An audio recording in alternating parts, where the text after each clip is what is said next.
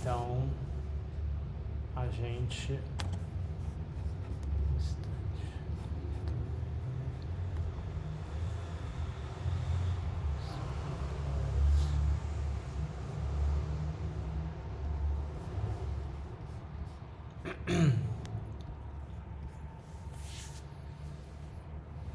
Então a gente pode continuar observando nosso objeto de meditação enquanto a gente ouve umas breves reflexões.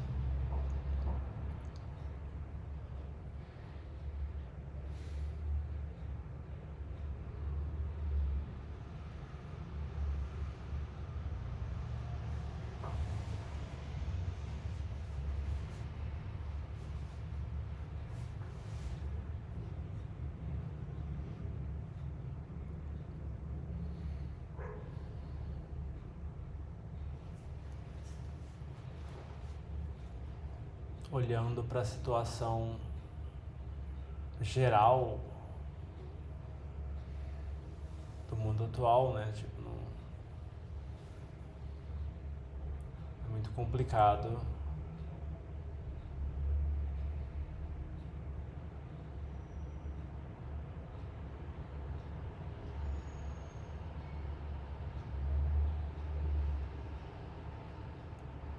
falar em termos de progresso vindo desse desenvolvimento tecnológico, da ciência e da tecnologia. Tem benefícios, com certeza, para tratamento médico, para facilidades, confortos. Mas, sobre a mente, o que a gente tem mais visto é bagunça. Bagunça, problemas mentais mais complexos.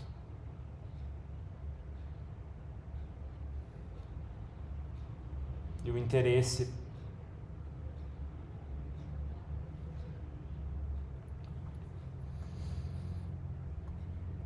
por buscar um caminho tipo o do Dhamma cada vez menor.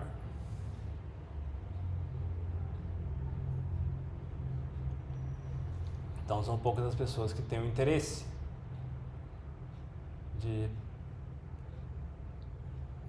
no budismo, interesse na meditação, que vai mais além daquela coisa superficial de falar, não, as pessoas que acham que é legal ser budista, né? É uma coisa moderna, né? Tipo, acho que só de ser de carteirinha.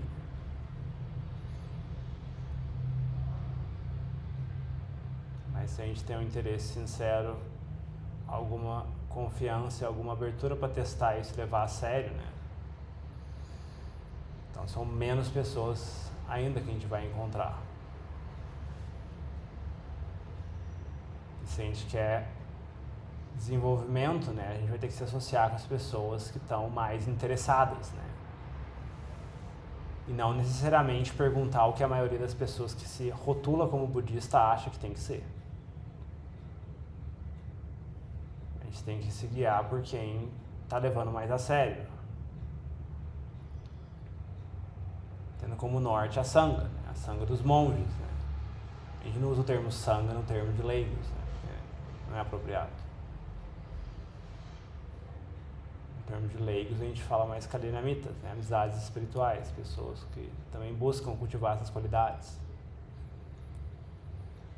E essa coisa de chamar de Sangha de leigos, né? O grande perigo é justamente isso, né? Juntam um tanto de pessoas que reúne regularmente, né, mas as pessoas não têm às vezes não tem muita noção do que estão fazendo, né? E aí vai tomar isso como referência, como norte, vamos colocar isso no nosso altar. Aí não vai dar muito certo.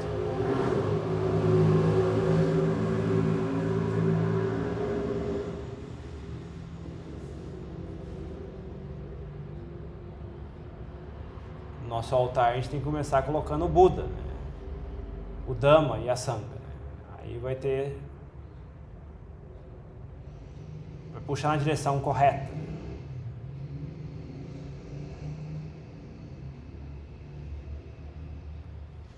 Agora, se a gente quiser colocar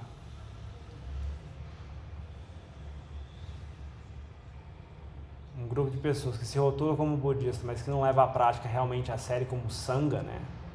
Então a chance das coisas rolarem morra abaixo é muito grande. Por isso essa reserva nesse termo, é bom tomar cuidado. É só questão de não é proibido usar o termo, né? mas é a questão que tem alguns perigos associados, né, a esses pontos.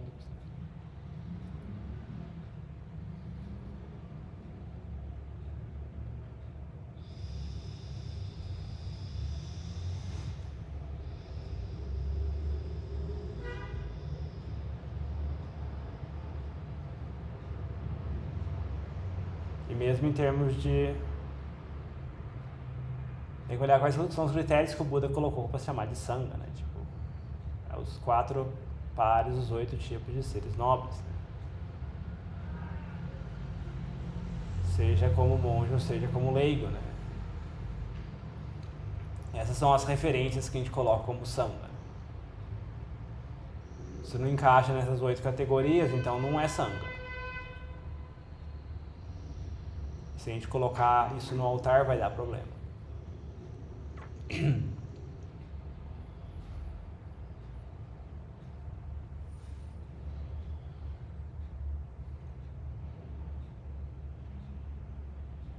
Então é muito bom que a gente tenha esse interesse, essa abertura para testar, experimentar diferentes ferramentas, né, e adquirir experiência, né, sobre a prática. E não ficar simplesmente lendo e discutindo coisas sobre o que a gente acha. A gente lê um livro sobre o caminho de São Paulo ao Rio. E aí fica discutindo entre a gente o que a gente acha do que fala no livro. Mas sendo que a gente nunca passou por nunca pegou essa estrada.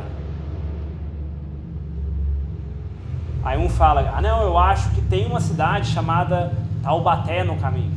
Não, mas eu acho que Taubaté foi uma invenção posterior, né? Eu acho que Taubaté não está lá realmente. A pessoa X não falou que tem Taubaté.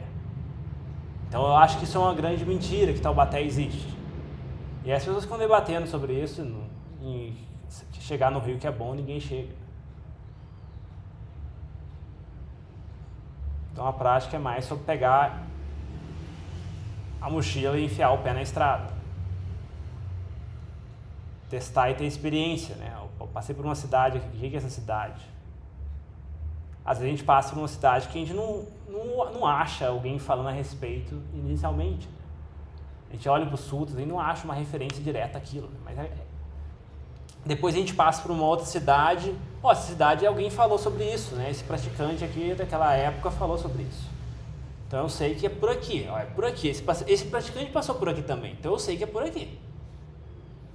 Mas vai ter cidades que a gente vai passar na nossa prática que ninguém conhecido, talvez, próximo, tenha passado. Talvez muito tempo depois a gente leia a respeito da biografia de algum mestre e a gente vai ver, nossa, ele passou por aqui também. Então não tem que ficar discutindo muito sobre o mapa. Tem que pegar e colocar o pé na estrada. E ter experiências, né? Experiências que são o que vai guiar a gente a corrigir a nossa prática, né? Melhorar a nossa prática. Então, como eu falei semana passada, regularidade é um fator importante, né, para essa experiência ser mais sólida.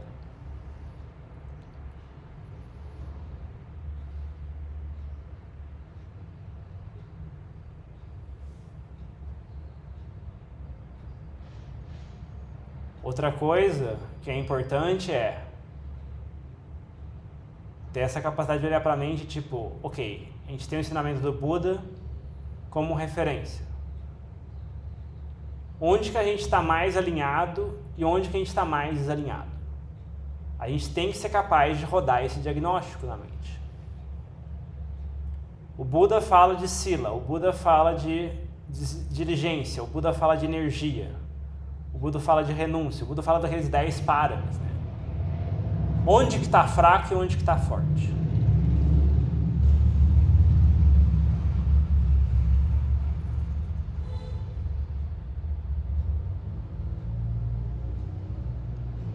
A prática não é Zeca Pagodinho, né? Deixa a vida me levar, a vida leva eu, não. A gente tem que rodar o diagnóstico e ver, opa, aqui está melhor, então, opa, vamos manter esse nível.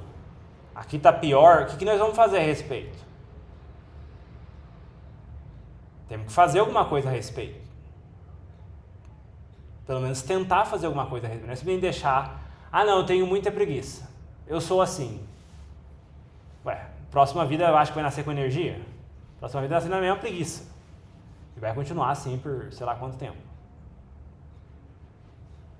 O Adião usou uma vez o símile, né? A pessoa abre o armário, a despensa da casa e não tem comida.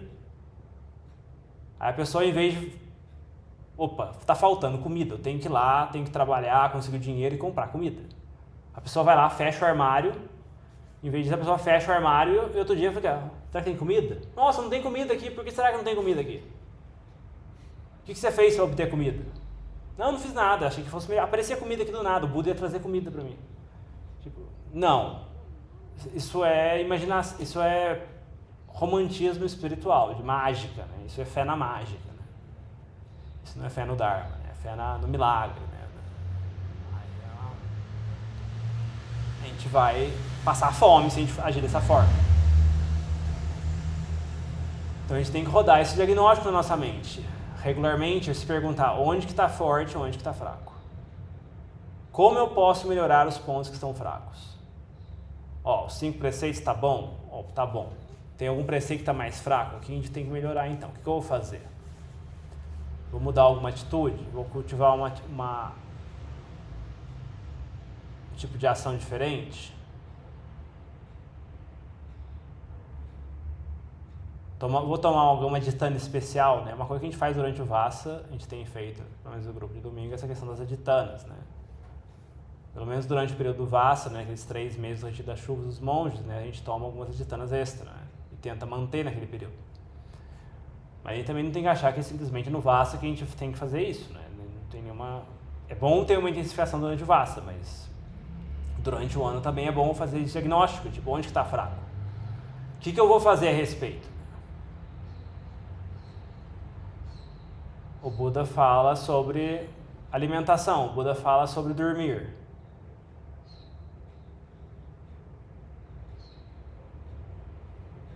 E as duas coisas andam juntos. Comer demais e sono andam juntos.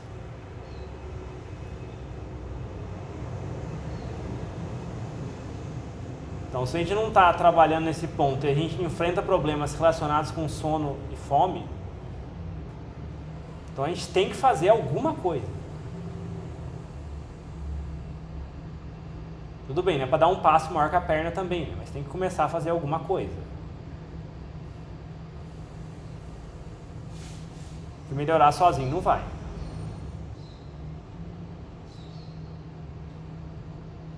Alguma coisa tem que tentar. Né? Alguma coisa tem que tentar ir levantando a barra. Né? Se está fraco aqui, tá bom. Começa com uma aditana light, né? E vai construindo em cima disso, até chegar num nível bom, assim. Opa, isso não está mais me incomodando, né? Não está sendo um assunto na minha mente. Né?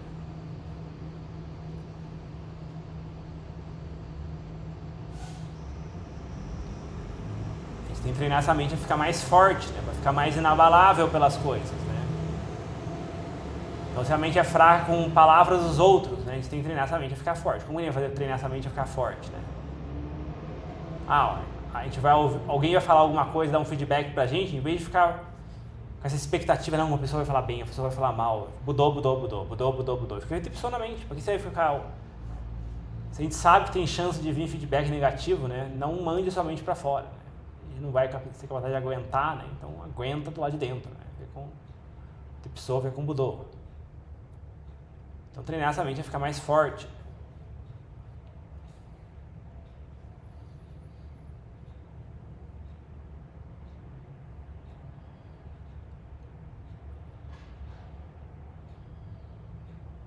Porque qualquer ponto, os pontos em que a mente, tipo, coisas externas afetam a mente de forma crítica,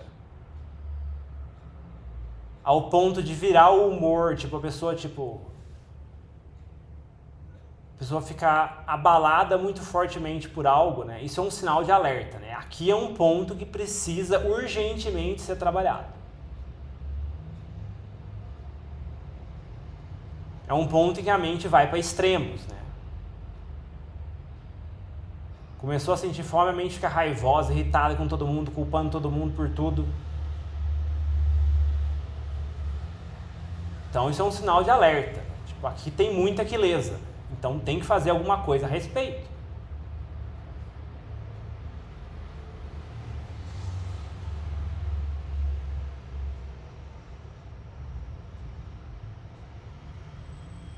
você está com muito sono também, é a mesma coisa.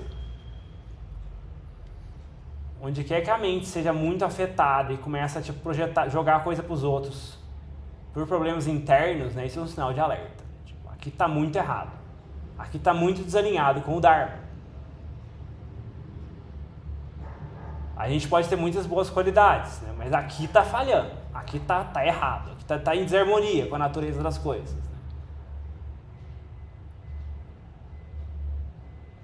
Não é que a gente seja uma má pessoa ou que a gente vá para o inferno, alguma coisa do tipo, né? Mas que aqui a gente precisa trabalhar. Começar de algum lugar. Não é fazer de tana maluca também, mas tem que começar de algum lugar.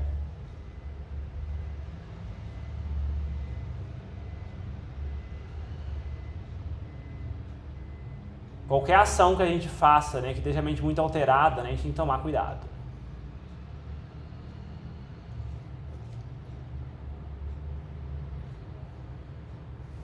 A gente sabe que se a gente tem a nossa mente, a gente senta pra meditar, começa a vir muito filme na mente, cena de filme, opa, tá errado aqui também, ué, a gente tem que revisitar, a gente tá maratonando série demais. Tá desequilibrado aqui. Então tem que ter essa noção, né? Você vê. Não é tentar resolver tudo com mágica na meditação, né? Procurar uma técnica mágica que resolve tudo, né? É ter essa capacidade de diagnosticar na mente, né? Opa, onde está fraco, onde está forte.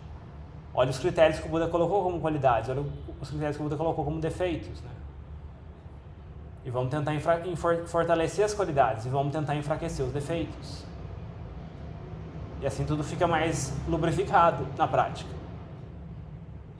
Mais estável, mais tranquilo, menos extremo, né?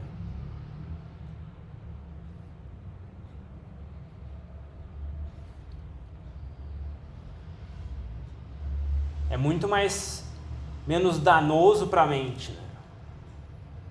Lidar com a mente no estado intermediário do que quando a mente começa a pegar fogo, né? Então, por exemplo, mesmo quando eu era monge, né, tipo, tinha algumas coisas que eu percebi que, tipo, eu tentei algumas práticas e eu vi que realmente, tipo, para mim não era contraprodutivo, né? Exemplo, você pega uma prática de não comer, né, por exemplo, a prática de praticar jejum. E aí, tipo, o corpo fica muito fraco, pelo menos pra mim o corpo fica muito fraco, e aí, tipo, muita sonolência, muito cansaço, muita dor física. E aí você via que, tipo, a mente também ia em extremos, né? E naquele momento, pelo menos, não tinha condição de lidar com aquele extremo. Então, antes lidar com a questão da pós-refeição, né, do que lidar com aquele extremo, né? Então, a gente sabe que a gente tem a tendência de, sentir, quando sente fome, ficar muito irritado, né? É melhor forçar o corpo a aguentar um pouquinho de desconforto, talvez comendo um pouquinho mais, né? Do que lidar com aquela mente que vai soltar fogo e brasa em todo mundo que estiver perto quando a gente sente fome. Que mente extrema, o efeito na mente é mais danoso por mais tempo. O corpo aguentar um desconfortozinho de um pouquinho mais de pressão na região do estômago, isso não mata ninguém. Né? Isso é algo que é possível de treinar a mente a aguentar. Agora, se a nossa mente pega fogo, né, isso é muito mais difícil de lidar. Quando a mente pega fogo, ela fica cega, né? Não está nem aí para quem está perto, é culpa de todo mundo que está perto. Né? Nunca é culpa da gente.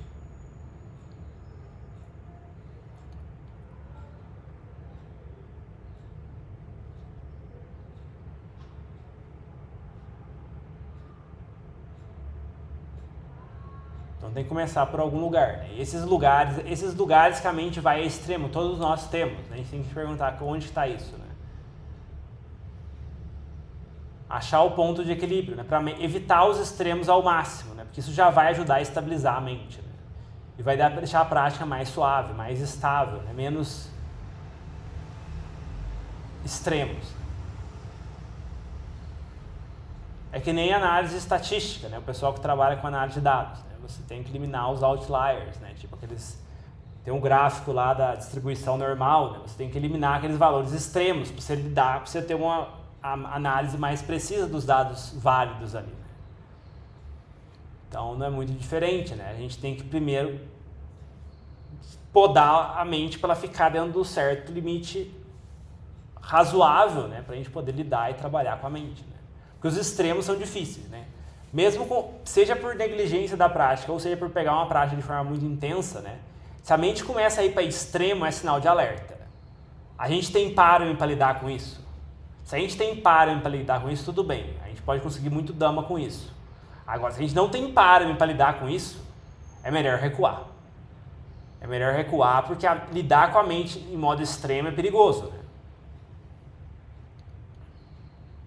E as consequências também. Hoje em dia, com as pessoas no mundo pegando fogo, né? Tem pessoas que, se provocadas, facilmente podem fazer uma loucura, né? Envenena, mata, faz tudo, né? Então, assim, não que a gente vai chegar a esse ponto, né? Mas, assim, a mente pode causar dano ao redor, né? Então, tomar cuidado. Tomar cuidado com os extremos, né? E usar isso como sensor para a prática, né? Opa, aqui eu tenho que trabalhar. Tenho que fazer alguma coisa, pelo menos. Alguma ditana nessa área tem que ser feita.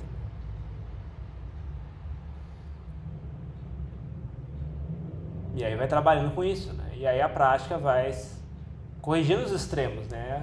A gente tem que lidar com menos extremos. Né? A mente vai ficando mais suave, né?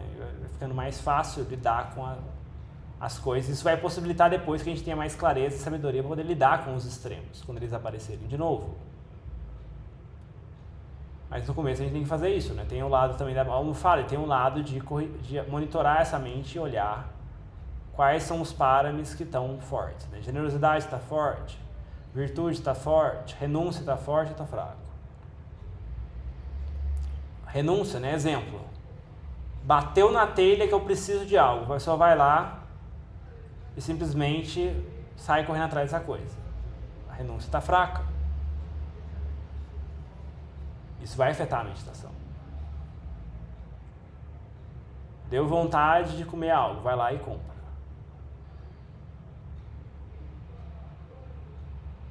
Então, assim, treinar, vou deixar pelo menos de... Hoje não, vou fazer amanhã.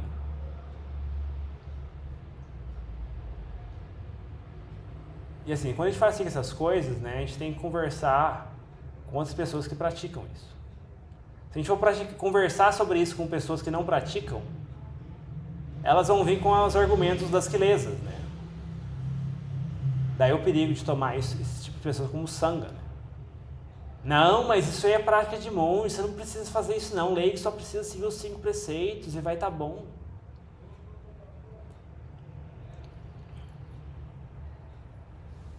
Ou então a pessoa vai falar, não, você está se torturando demais, seu extremo da autotortura, o Buda ensinou o caminho do meio, isso não é caminho do meio, você está ferindo a si mesmo, você não está cuidando de si mesmo e outros argumentos dessa linha.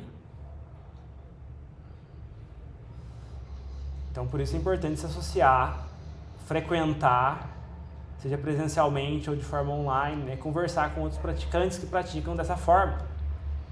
Se a gente for tomar como norte o que as pessoas do nível mediano estão fazendo, né? O que a gente está fazendo é muito maluco. Não tem muito sentido para elas. O que importa é o ego, é quantos seguidores você tem no Instagram. Ah, se o canal da Casa de Dharma não tem nem 1000 seguidores, então não deve ser um bom canal, né? O bom canal é aquele que tem 200 mil seguidores e só posta meme. Aquilo é conteúdo de qualidade, né? Aquilo é um bom canal. Então, fazer o quê, né? Então, assim, associar-se com pessoas que também praticam isso é muito importante, né? Pra gente poder seguir, né? Você tem que conversar com pessoas similares. A gente não tem como conversar isso com pessoas que não praticam. Elas não vão entender o que a gente está fazendo. Elas não têm esse parâmetro de comparação da mente pacífica, né? Ou de uma mente treinada. Né? Para que você ficar se causando abstinência, né? De comer o doce que você quer, ou de seja lá o que for. Você está abrindo mão da sua liberdade de fazer o que você quer. Esses vão ser os argumentos das quelesas. Você tem dinheiro, você pode comprar tal coisa, porque você fica... não aproveita o seu dinheiro para fazer tal coisa. E por aí vai. Então esse caminho ele vai bem contra a corrente do mundo, né? Então se a gente quiser conversar com outras pessoas a respeito, né, é necessário ter pessoas similares, que praticam coisas similares. Né? Senão a gente se sente muito fora, muito maluco, né? Porque 95% das pessoas estão fazendo outra coisa, né? Estão seguindo as quelesas, né? Então como que a gente vai conversar a respeito? Tudo que a gente fizer vai ser estranho para elas, que vai contra as quelesas, né? E elas vão ter todos os argumentos contra a nossa prática. Então fica o convite de refletir nessas coisas, né? E testar, experimentar e procurar esses pontos. Onde a prática está fraca, onde a prática está forte.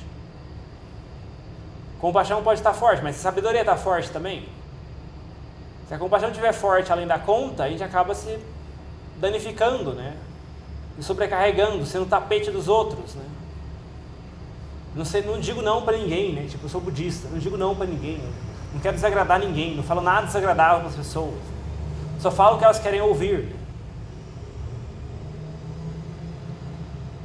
Tem muito instrutor que só fala coisas agradáveis, né? Falar coisas lindas e românticas espiritualmente, né? Que, tipo, nós somos seres de luz, somos todos pureza.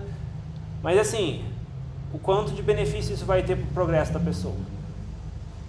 Ou isso está simplesmente fazendo cafuné no ego?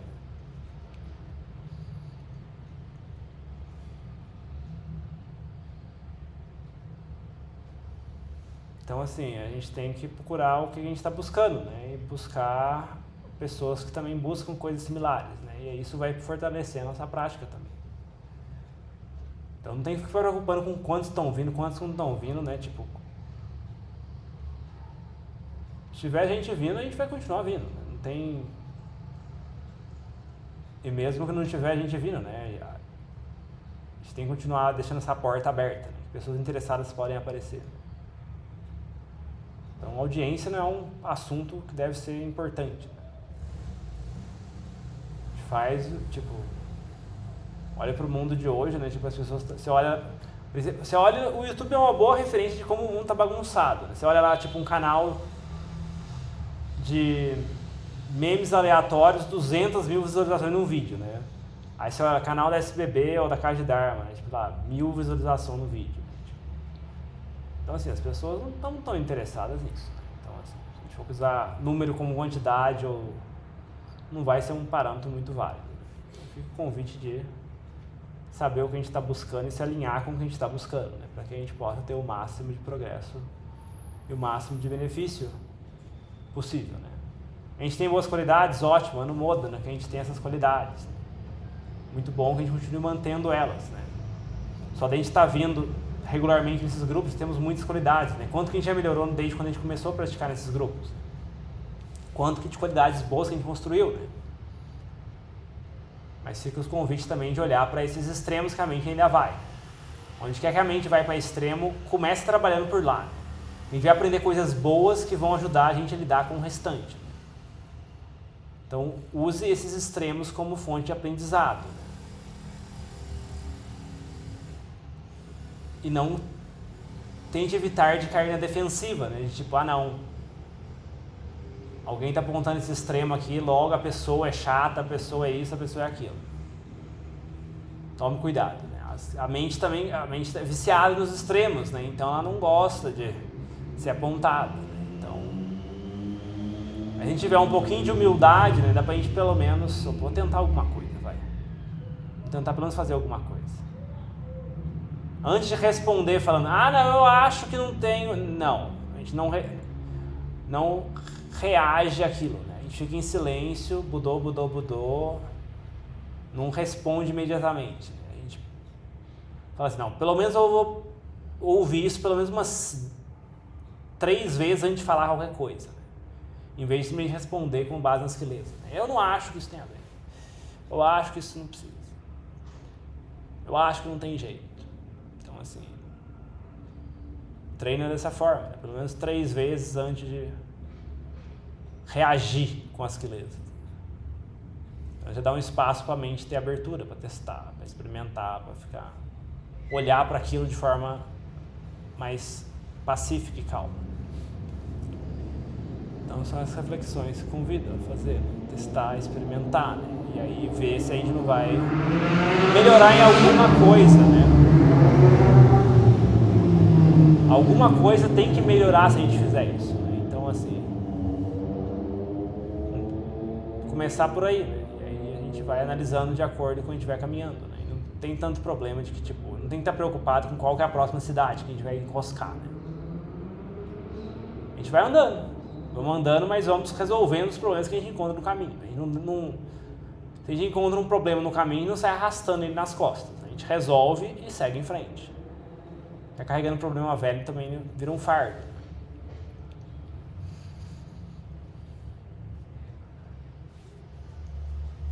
Então é isso que a gente tem de reflexão por hoje. Alguém tem alguma pergunta, alguma dúvida?